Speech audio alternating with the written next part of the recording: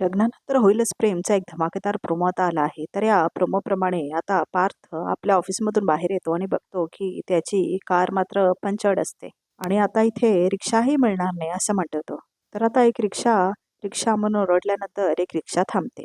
तर मग आता पार्थ म्हणतो, अरे बरं झालं रिक्षा थांबली. तर मग आता बघतो तर काय आतमध्ये काव्या असते. तर ती म्हणते, या या आपलीच रिक्षा आहे असं म्हणते आता काव्या. तर आता नंदिनी सुद्धा आशीर्वाद बंगला असं म्हणून ॲड्रेस सांगते आणि रिक्षावाल्याला एका थांबवते.